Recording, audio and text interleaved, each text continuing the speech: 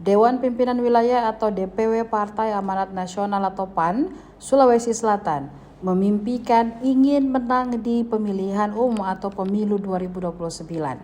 Partai berlambang matahari terbit ini membidik posisi 3 besar secara nasional.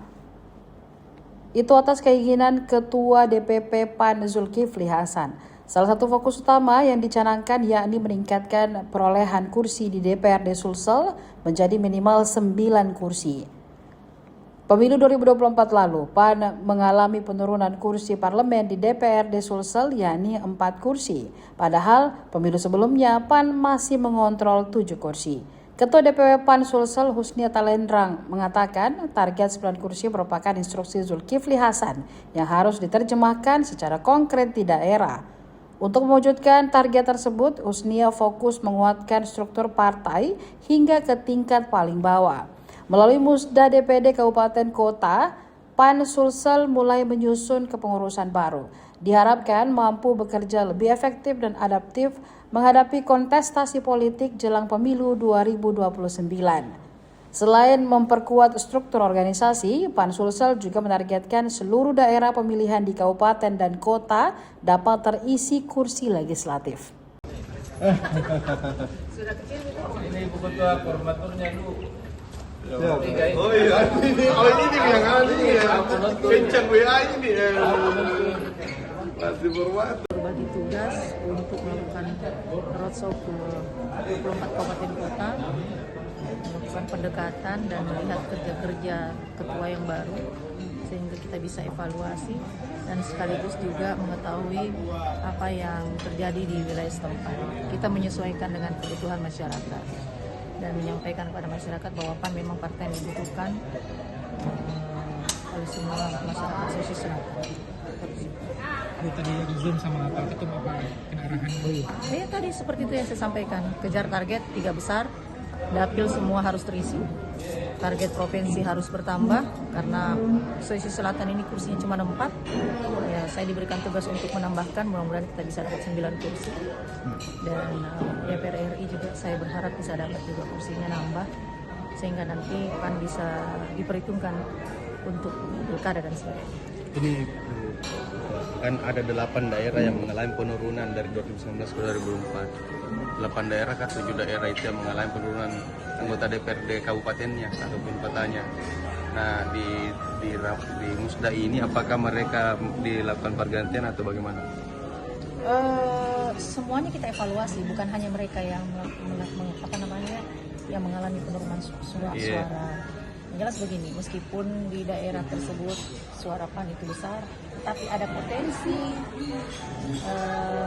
calon kepala daerah yang mau menjadi ketua DPD, kenapa tidak kita ambil? Terhadap mereka yang melakukan perkara, yang turun kursinya, evaluasi penggantian ketua DPD dan tetap mencari potensi yang mau menjadi kepala daerah. Ya, kalau menurut saya kasusnya kan kayak lu dari 3 menjadi 0. Sopeng dan Baru kan 2 pemilu. Kita lakukan perombakan. Tidak ada sama sekali. Kepengurusan yang lama diganti pula. Tergantung dari hasil karena itu semua tadi formatur. Oh, formatur. Oh, tapi paling tidak di pimpinan. Ya.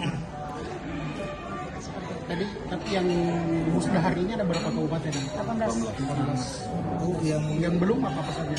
Yang belum Baru, Pindrang, Sidrap, Sopeng, Toraja, sama Palopo. Kenapa belum itu? Saya akan tersinggung khusus kalau itu.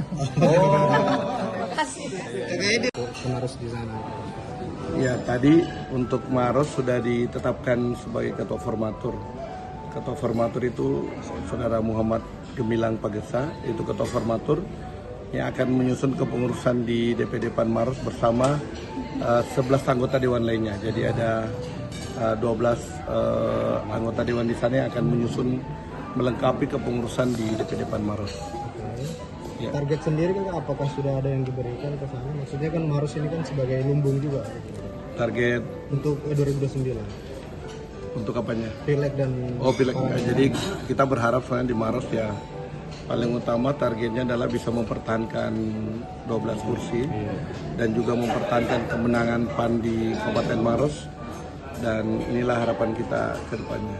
Apakah sudah ada gambaran di pilkada nanti PAN akan kembali Belum, masih lama. Masih lama. Paling tidak tahu kan ada ini Iya, ke Gemilang kan. belum ada sama sekali. Kita akan melihat karena mekanisme pilkada dan pileg ini kita akan lihat undang-undang baru karena tadi sudah dibahasakan sama ketum sendiri bahwa mekanisme untuk pemilihan bupati, gubernur ini kemungkinan besar ini karena partai koalisi besar ini misalnya PAN, Golkar dan Gerindra sudah mendukung untuk kembali pemilihannya lewat DPR.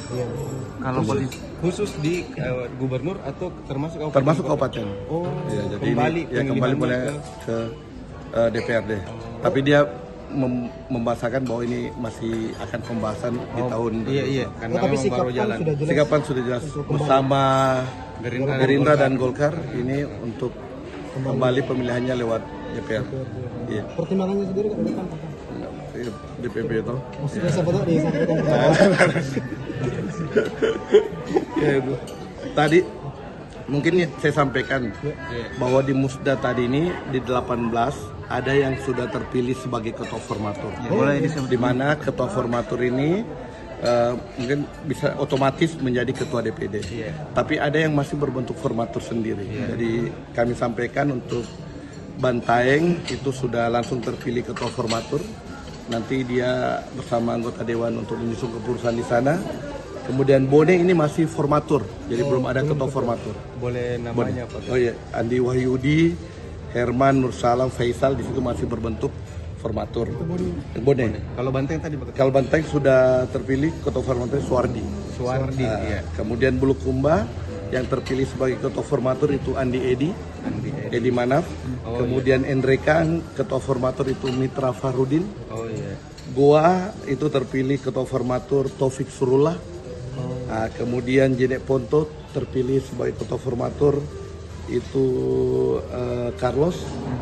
Kemudian Selayar yang terpilih sebagai ketua formatur itu Sofian Indra Pratama Ramli. Kemudian Makassar ini masih bentuk formatur. Jadi Makassar belum terpilih ketuanya, belum. Ini masih berembuk. Ini ada Irfan Maluserang, ada Hamzah Hamid, ada Sangkalan Sadiko dan Saudara Nasir ini yang anggota dewannya sana. Ya, Nasir Urung itu masih menjadi formatur. Kemudian Parepare ini Saudara Hermanto, ini sudah terpilih sebagai ketua formatur. Ini wakil wali kota Parepare. Kemudian Luwu juga masih berbentuk formatur, belum ada ketua formatur yakni Dr. Hasmurudin dan Ibu Haja Asmi. Jadi bentuk formatur. Kemudian Luwu Timur itu terpilih ketua formatur Usman Sadik. Usman Sadik. Kemudian Luwu Utara Karimudin ketua formatur. Kemudian Maros Muhammad Gemilang Pagesa sebagai ketua formatur. Kemudian Pangkep Abdul Rauf sebagai ketua formatur. Kemudian Sinjai Arifudin ketua formatur. Takalar Ibu Haja Nurleni Kahar ketua formatur. Toraja Utara Yopi Rante Maliko sebagai ketua formatur anggota Dewan Toraja Utara ini. Kemudian Wajo ini juga belum terbentuk ketua formatur. Ini ada Andi Merli, ada Kevin, ada Andi Gunawan di sana dan anggota dewan lainnya ini masih berbentuk formatur. Ini mungkin yang kami sampaikan, jadi masih ada yang 6 daerah masih berbentuk formatur dan ada yang sudah terpilih ketua formaturnya yang otomatis menjadi ketua DPD dan ada 6 daerah yang menyusul untuk musdapan serentak berikutnya. Kapan itu yang 6 daerah? Diharapkan di Januari mudah-mudahan bisa diikutkan kembali 6. boleh di-spill Pak Ketua apa anunya sebetulnya kenapa 6 ini tidak masuk di kloter 6 ini masih ada Bu Ketua, terutama Bu Ketua DPW ini akan melakukan kunjungan roadshow di 6 ini. Memang ada beberapa hal tadi yang disampaikan teman-teman di media bahwa ada di situ ada Baru, ada Sopeng, ada yang memang jumlah perolehan kursinya tidak ada kemarin, sehingga kami harus melihat siapa yang cocok untuk memimpin di daerah tersebut. Pindrang 1 kursi, Sidrap juga 1 kursi, sehingga memang masih perlu pendekatan lebih intensif lagi. Artinya kemungkinan yang 6 ini tidak akan lagi terpilih ketua yang kemarin ataupun yang saat ini masih menjabat. Masih bisa, cuma memang harapannya peluangnya. evaluasi ini yang terus iya. berlangsung. Iya. Tapi target untuk rampung semua ini kapan?